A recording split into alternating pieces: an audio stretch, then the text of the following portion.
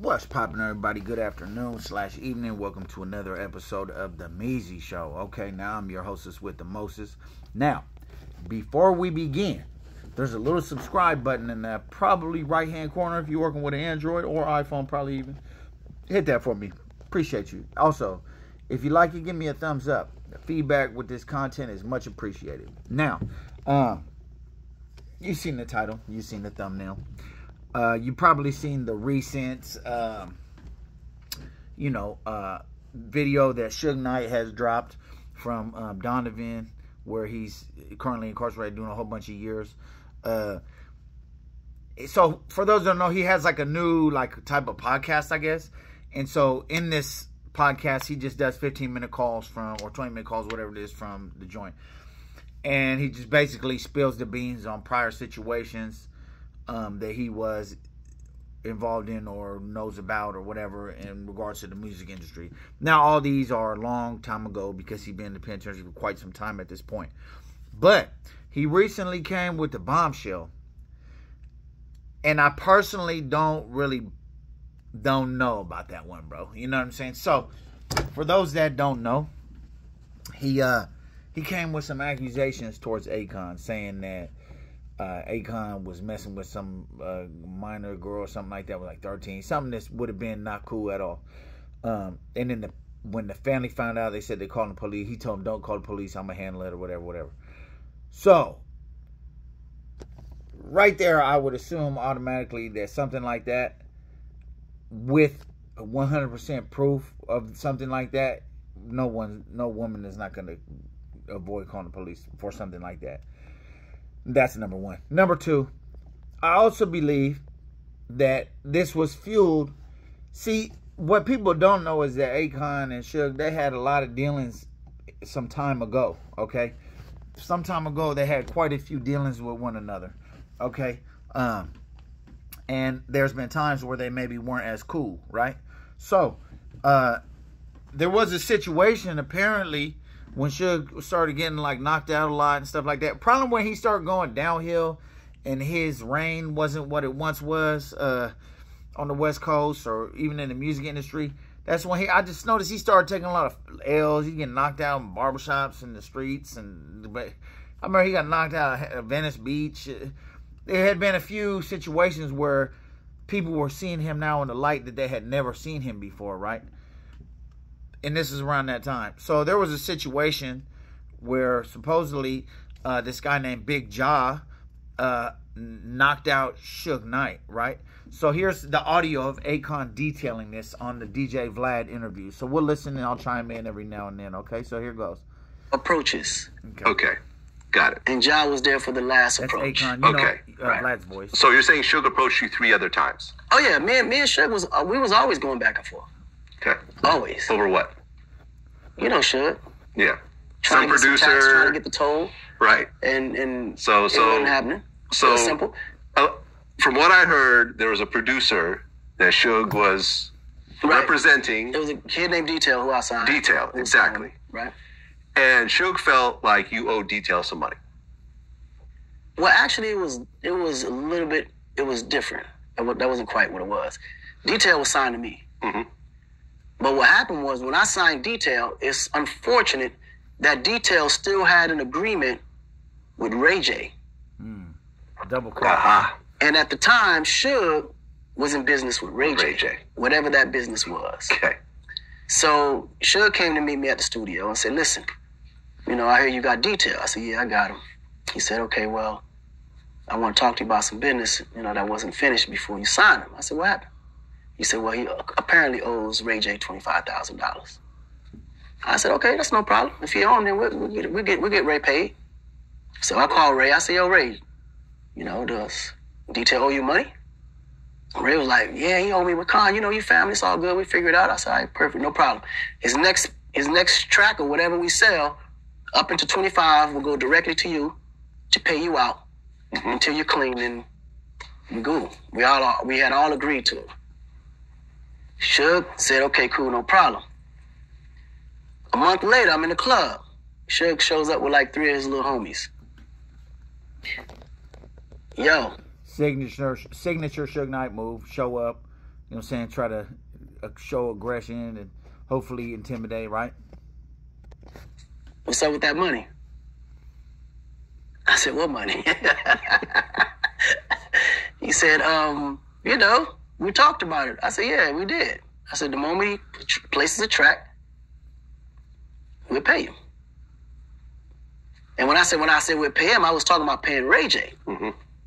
So he was like, well, you know, me and Ray 50-50 partners, so just give it to me and then I'll give it to Ray. I said, well, I gave Ray my word. So when that money come, I'll give it to Ray. And I said, if that's your partner, he'll pay you. Mm-hmm. He said, Con, you know how this shit go, bro. Just see me when the money come. I said, no problem. I'll call you when the money come. Third visit. He doing bad. I was in Vegas. All that death row money was gone. I had a walkthrough at this club. He came through with his homeboy, and I think it was his little girlfriend at the time. So we over there. He's like, yo, Con, what's up, man? I haven't talked to you in like 3 weeks, bro. Where we at with the business? At this time, he's drunk. Like, I can tell he's kind of tipsy. You know, so he's like, yo, man, you know, where that money at? I said, well, goddamn, Sugar, you broke? You need some money or something? And this is over $12,500. Half the 50% of $2,500. Right. I mean, $25,000. Yeah. I said, what's up? You broke or something? He said, nah, nigga, never that. Nigga, you know me, nigga. I done made hundreds of millions. Nigga. It's about the principle, bro. It's about the principle. I said, okay, the principle is we spoke, we had an agreement, and I'm going to honor that agreement when the money comes. I said, if you're trying to get the money before the money comes, that's a different conversation. Because you keep pulling up on me and shit. Like, what is it? He said, well, man, you know how this shit go. Nigga, this the West Side, man. You know, we can't wait 90 days for our money. I said, okay. I'll try to speed it up and see if they're going to, shoot the money earlier. Cool. We good. Then he calls me the next morning. Yo, man, I was a little tipsy, bro. I apologize. You felt some kind of way, man. I ain't really mean it like that. But don't worry about it, man. Let's just get it going. Whenever you get it, just call me. We good, right? We straight? I said, yeah, we straight, big dog. Good looking out. So at this point, me and him always had a communication. Every time he called me, I would always respond. And then I call Detail. I say, yo, Detail, listen. I should have been pulling up on me a little bit about this little money. How you looking with these records? Because I need to go ahead and get some of these joints placed so he can stop asking. He said, don't worry about it. I got it. I'm in the lab. I'm cooking every day. I said, no problem. So now, that following week, Super Bowl in Arizona. I'm already in Vegas because I was already there from the week before. So we left from there to go, to the Super Bowl. I'm throwing this huge party at the W. We up there, it's me, Ja, 2 T's, Big D. These are all my guys. And we party, having a great time. Suge comes with his homie, his girlfriend, and I think it was one other person. And at the time, my security got my section roped off. He's trying to get in, they won't let him in. So he like, yo. So I'm like, yeah, come on in. He good. He walks over. Yo, Con, we good? I said, yeah, we good, nigga. What y'all want to drink, whatever. Just, help yourself, nigga, you fam. He said, no, with that, I'm talking about with the money. I said, God damn, Suge, really? Nigga, we partying. We can't talk about this shit tomorrow. Nah, nigga, we need to talk about this right now, man. I ain't got time. I'm about to head back out to L.A. I said, all right, well, cool. When you get to L.A., call me. We'll talk about it then. So now at this point, 2 T's is looking at his homie. He can see that his homie packing something because he can see the dent right there, right? So, and Ja is looking directly at Suge at this point. He see, okay, this nigga raising his voice because the music is playing so loud. So now we like this. I'm standing on top of the couch. I'm like about this high over him. So I got him by his neck talking to him as we're talking. So, and I'm saying to him, nigga, don't worry about it. When we get to L.A. tomorrow, just call me. And then when I get to L.A., we meet up and we'll figure it out, right? Because at this time, in my mind, I'm like, you know what? This nigga probably really needs some money. So when I get to L.A., I'll give him a little something to hold him until whatever. So I'm already, in my mind, like, you know what? I'm going to look out. You know what I'm saying? Mm-hmm. So he's insisting that he gets the money then. So then when I said, nah, it's not going to happen tonight, that's when he popped up. Was like, nigga, all right, it's on and popping in, my nigga. He said something about I have to pay a toll when I come to L.A. and that my mom won't be able to come to L.A. And then that's all I can tell you from that point forward. The rest is... Well, the story I heard, which is very similar to your story. Right. From John's point of view, he's probably going to be mad at me for sharing the story. But well, if he shared it with you, then it's cool. It is what it is. I'd rather come from your mouth than mine. He basically said that Suge approached you guys about some money that was owed. Ja got involved in the conversation at one point. You know, Suge said he wanted his money right then and there. And Ja's like, yo, we're going to pay you, but through the proper means.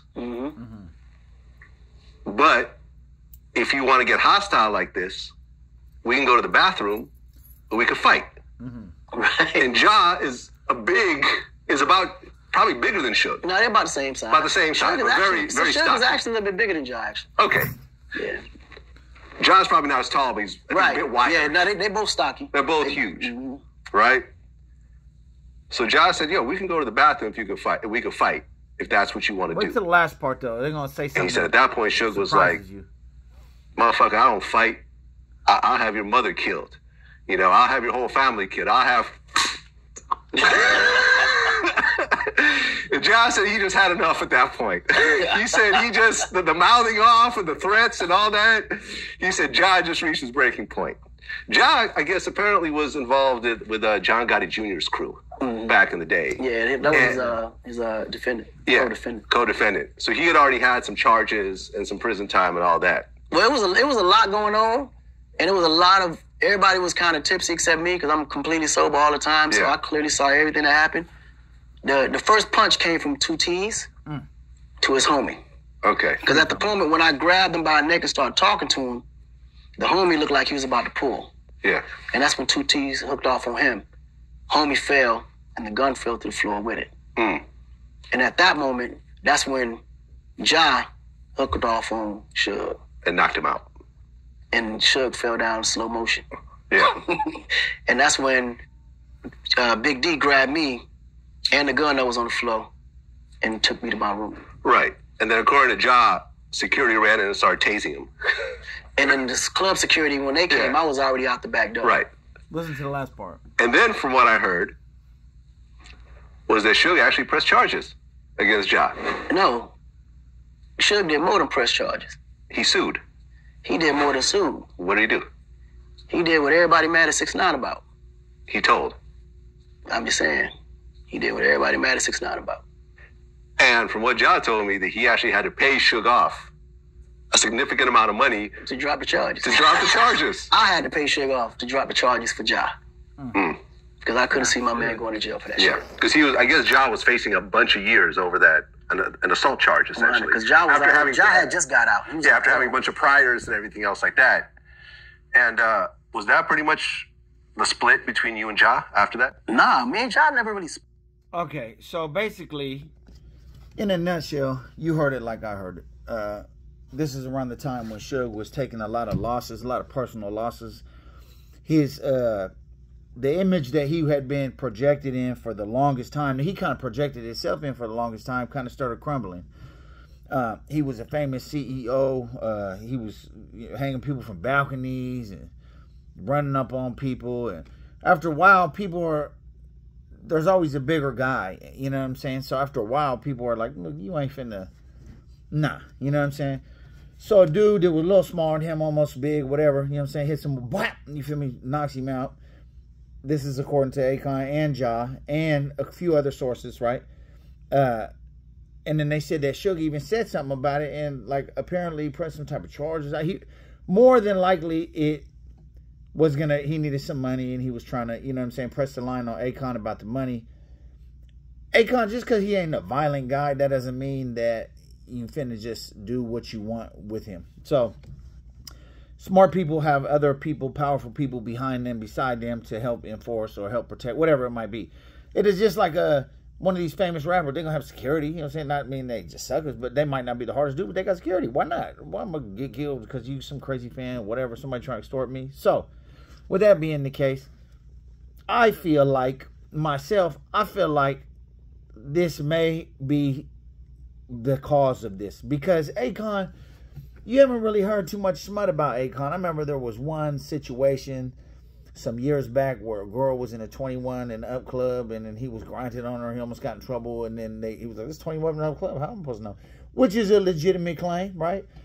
But other than that, you don't hear he helps all his people. You feel me? He's from Senegal or something like that. He puts electricity in villages in Africa. He helps a lot of people.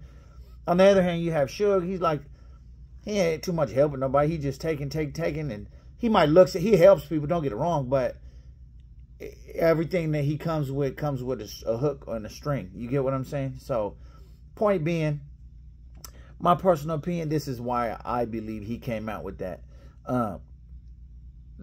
It's something to remember that Suge has been, for those that don't know, he's in the penitentiary. He has been on the SNYR for many years. And supposedly, from what I understand, he even started a SNY gang called Fame. F on my enemies or something like that. For those that don't know, people that not familiar with the California judicial system, that's a special needs or PC, whatever. So that's his credibility isn't top ranking, really. You know, he's been there a long time, longer than any integration of different yards. No, he's been there quite some time. You know what I'm saying? For probably you know what, if I'm not mistaken, from the prior bid, not this bid now, but the prior bid, he was on that. So with that being the case, let's not just take heed and to every single thing that we hear. I just take it with a grain of salt. Knowing the credibility of him, I'll weigh out the credibility of him, Akon. What's on your name? What's on your name? What kind of character are you? And then I'll make my own assumption based on that. I'm not just going to go and listen to him, just, oh, he's from California. I don't give a damn. You feel me? Like, I'm going to hear out who probably has the right point of view. But anyway, let me know what you think, man. Until next time, man. Oh, by the way, if you haven't already, like I said at the beginning, please hit that subscribe and that like. Let me know what you think in the comments. Do you think that this is accurate? Do you think that Suge is just reaching, clout chasing, whatever it may be? Let me know. You think he's just trying to get some bread, trying to get people tuned into this podcast? You think he's petty about Akon exposing this and Ja exposing this? You let me know, man. I appreciate y'all watching. Y'all have a great evening. Salute. I'm gone.